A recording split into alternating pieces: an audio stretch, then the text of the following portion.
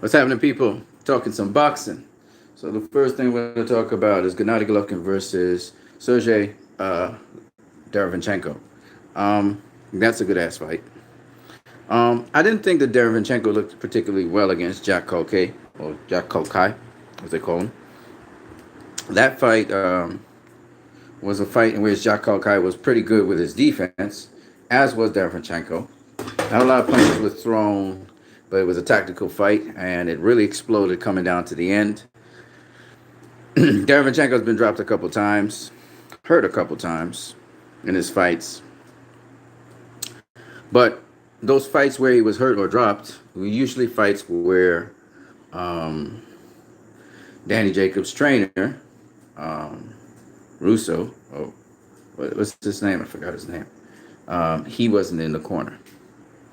So it's a little bit different when he's in the corner. Now, the thing about Danny Jacobs' trainer is he has faced Gennady Golovkin now three times. Curtis Stevens was the first one. Then was Danny Jacobs, which was the closest fight that he had with one of his boxers. And now Derevyabchenko. Now, one of the things that he said was that he didn't see Gennady Golovkin knocking out Derevyabchenko, and I don't see it either. Can Derevyabchenko get dropped? Maybe. It depends. As everybody has been talking about, and when you look at Derevyabchenko's style, he's good at stepping around you, sidestepping, pivoting, what we call inside pivoting. He does fight on the inside and mid-range as well. Very good boxer, very technical boxer, very sound. Gave Danny Jacobs all he could handle. So he's a very good boxer. Even though he's had 14 fights in the pros, he had over 400 fights in the amateurs, right? So he's a very good boxer. Gennady Golovkin has talked about being scared of him. I don't know if that was just as a compliment because Gennady Golovkin, as you can see, is doing more boxing. He will still come through with his style, his pressure fighting style, but I think he's going to do a little bit more boxing this time around. And I think Jonathan Banks has been working on different things from his defense to his boxing skill, and you could see that when he was displaying it on the pads and as well as shadowboxing. Derevyabchenko, he's a boxer, obviously, comes from a boxing pedigree, boxing background, and you can see that Derevyabchenko does everything off of the boxing. He'll be coming forward as well, but he will be circling Gennady Golovkin. So that's the tactical fight. Can Gennady Golovkin win this fight? Absolutely. Can Derevyabchenko win this fight? Absolutely. This is a fight that both guys can win. Derevyabchenko has been in boxing for very long. Maybe he'll get his just due finally. Or maybe Gennady Golovkin will take this fight. Now, a lot of people who don't know who Derevyabchenko is will think of him as just a guy to brush off to the side.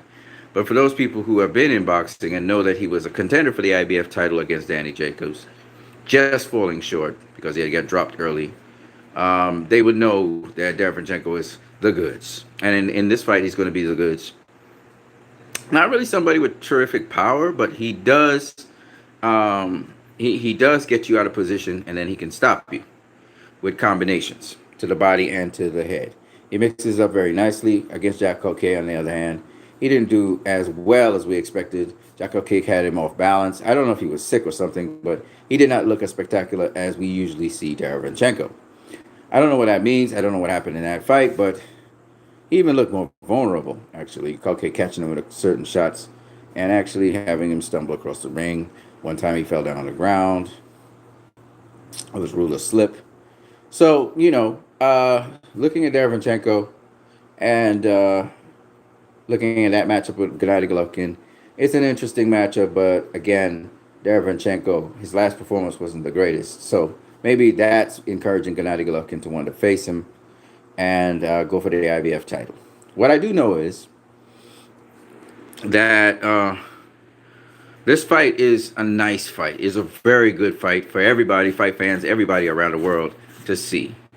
Again, at the elite level like this level, I don't expect any stoppages. But I do expect maybe a majority decision win to a split decision win either way. Either Derevyabchenko gets it or Gennady Golovkin gets it. It could even end up being a draw, and they have to do it all over again. It's that kind of fight, I think. I think both fighters do good work on the inside, well, at least mid-range, Gennady Golovkin. I think Derevyabchenko is going to make Gennady Golovkin miss a lot, even in the phone booth. And Gennady Golovkin is going to also, because he has a little bit better defense, he probably also be a little bit more elusive target to Derevyabchenko. So I'm looking forward to that and see how Gennady Golovkin has at least used some of his boxing skills that he has, because he can box. And just kind of take those out of the tool bag, out of the tool shed, and use them. Jonathan Banks probably revived for him. So that's all I'm really looking forward to in that fight. But it's a good fight for over the weekend. Talking about Terence Crawford, we just saw an interview with Eli Sakback with Sergey Lipinets. And Sergey Lipinets entertained the notion of facing Terence Crawford before, Eli Sakback interrupted and said, he could face Terence Crawford's facing Gavaliauskas. And they were like, who? I think Terence Crawford would be better served facing Sergey Lipinets. And he should probably try to make an arrangement to face Sergey Lipinets because Sergey Lipinets just came off a great win against Lamont Peterson. And he has also faced Mikey Garcia. Even though he lost to Mikey Garcia, he got dropped early. He came back and made it a competitive fight. So I'm just saying that Sergey Lipinets is definitely a good fighter. He's only had one loss, and that was to Mikey Garcia. And he's gotten better since then. So I would really like to see him against Terence Crawford. That is a much better fighter than Gavaliauskas, who we don't know at all. He may be a top-ranked fighter, but who gives a damn? And seeing Terence Crawford fight another scrub is just not interesting to me. This kid is borderline, probably B-level. He's borderline between, he's probably like a Felix Diaz sort of level fighter. Just beat Lamont Peterson. So he had, whereas Felix Diaz and the other kid, I can't remember what his name is, did not win against Lamont Peterson. Sergey Lipinets resoundingly won against Lamont Peterson. Sergey Lipinets being really a super lightweight that came up and become welterweight. It's a guy that came up in weight just like Terence Crawford, has accomplished some things. I think that's a good fight. Of course, if he can't get Terence Crawford, of course he'll take a Danny Garcia or Errol Spence Jr. or Keith Thurman, any one of those guys. And when I look at Sergey Lipinets' defense, he has pretty decent defense as well. So I would love to see that fight with Terence Crawford. Sergey Lipinets versus Terence Crawford. That's a good-ass fight. And I think it's a makeable fight. And I don't know why Bahram is insisting that Terence Crawford face Gavaliauskas. Who the fuck is he? I mean, sorry about the curse word, but who is that guy? Why are we interested in him? I am not interested in this dude. No one's interested in this dude. That's like Tyson Fury versus Otto Wallen. Nobody's interested in that. Okay? Let those guys work their way up the ranks still, and let these top guys face top competition. I can understand Sergey Lipinets facing somebody like a Gavaliauskas. He's still building himself, right? Terence Crawford's a world champion. You don't be facing these kinds of dudes. I don't care if they lose the mandatory. It's just whack. Here you are talking about winning an Errol Spence fight, then you face Gavaliauskas. You're not serious about that. You know what I mean? Tyson Fury talking about facing Deontay Wilder, and he faced Otto Wallen. These things just perturb me. I don't know about you guys, but it makes no sense to me, Anyways, I think that's a good opponent for Terence Crawford. Sergey Lipinets. Ugas is a pretty strong guy, pretty durable guy. I wouldn't, we could see, if he was to face Yordenis Ugas, that would be a good fight as well. Sean Porter, of course, was indicating that he would like to face Terence Crawford. And I was listening to Barbershop Conversation where he was saying, why doesn't Terence Crawford and Bob Arum make a bid, to see if he could get Sean Porter so that in the rematch instead, Sean Porter gets more money, against, instead of Errol Spence, maybe it'd be Terence Crawford Sean Porter faces. I mean, honestly speaking, I think a lot of people are now beginning to realize the truth. And I don't know if I played a part in it and other guys who've really been in boxing and really know their boxing have played a part in it. But honestly, man, there's a lot of smoke and mirrors out here. A lot of guys are getting hyped and they haven't done anything to get their hype. Take for instance, we talk about Gervonta Davis, right? Well, you can't say Gervonta Davis and you can't say Terrence Crawford, and you can't say Triple G, and you can't say it's another overhyped fighter that hasn't done anything. Leo Santa Cruz and Gary Russell Jr. You can't say these guys, but then you're going to give other guys a pass, right? You can't do that. I can't do it. You know, Terrence Crawford has accomplished a lot in his career, but come on now, you're in the welterweight division. All right, you've been in the welterweight division for almost a year, maybe 2 years, right? You've been there. You're no longer. That's why we don't want to hear what Danny Garcia talk about his super lightweight days. Sorry, bro. You're now in the welterweight division. We give you credit for your super lightweight accomplishments, but you're now in the welterweight division. So you're dealing with welterweights now. And your next fight is going to be against a welterweight. So we don't want to hear about all of that.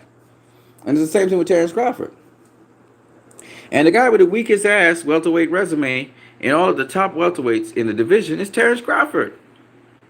He's got a weak ass resume. And don't tell me it's because you're a top rank. You can make fights with some guys who, okay, low tier PBC fighters if you want.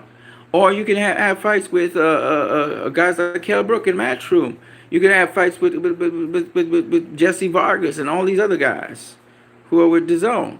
I mean, you can have fights with guys who are at welterweight, like what's the kid's name? You know, who's at least he got a name. You know what I'm saying? You want to fight somebody with a name. You ain't be fighting nobody with no name. No name fighter. And then Mean Machine does not impress me. I watch his fights and he doesn't impress me. That's somebody Devin Haney should be facing, not you. You're a world champion. When you become a world champion, we don't expect you to be facing scrubs. We expect you to be facing name fighters who are, I mean, you know, just imagine Errol Spence doing this shit. Y'all was going in hard on Kell Brook when he was fighting mandatories for his IBF title. Nobody's going in on Terrence Crawford. Come on, man. And then you call him pound for pound #1 in the world. Doing what? Beating scrubs? Come on, man. I listen to all you guys having all this confidence. Terrence Crawford would do this to this guy. Terrence Crawford would do that to that guy. Come on, man. What the man has done at welterweight to prove that? You're in a new division with new fighters. I want to talk about all this skill and all of this shit. Come on, man. Like really, ladies and gentlemen. Like really. We got to grow up, man. Anyways, man, I got to step out and do what I do. But I decided to do a stream. And then the other thing I want to talk about on this stream is about Clarissa Shields. Clarissa Shields will be facing her opponent. And she actually looks better. When I look at her punch, she doesn't look as wild. She seems to have more power and leverage in her shots. She seems to be taking her time with her punches with John David Jackson, who's a hell of a trainer. So, you know, it is what it is. But I just was looking at these things. Of course, we hear the Pacquiao Mayweather stuff again. Come back around the corner. Quite frankly, I really don't care. Look. I would be interested in seeing the rematch just because Mayweather's been out of boxing for 5 years and Pacquiao be on a burn. And so Pacquiao should be able to beat Mayweather's ass. That's what we would think. I don't know what would happen, really. But at the end of the day, there's so much more interesting things in boxing right now, you know. And the way how Floyd postures with Gervonta Davis really annoys the crap out of me, to be honest with you. Unless Gervonta Davis is looking at fighting Lomachenko and beating his ass, I really don't care. And then Gervonta Davis is so big and fat and overweight now. He's ridiculous. I saw him again in Danny Jacobs' trainer's gym, and they was working his fat ass. And I was like, God damn it, man. You blowing up to like what are you, a small buffalo or something? Small hippo? What the fuck, man? Control your weight. Gervonta Davis blown up out of proportion, tremendously fat, and be huffing and puffing and shit. And I'd be like, what? They even call him Fat Boy in there. I was like, yeah, what is wrong with this dude? You know?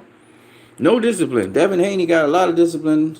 Gervonta Davis got none. You know?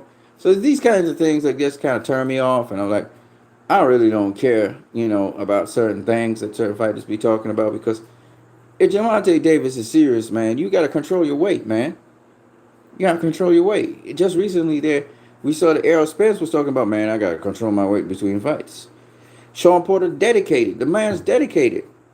He don't do that. Well, he did it once. He did it once, and he almost didn't make weight, right? Which is probably why he was a little bit weaker against Ugas.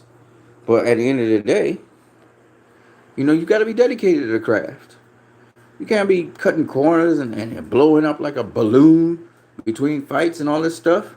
The discipline, man. You elite fighter. You're supposed to be disciplined.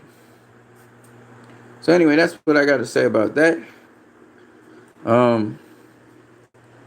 Not much more boxing news I want to talk about, even though I was watching boxing all day.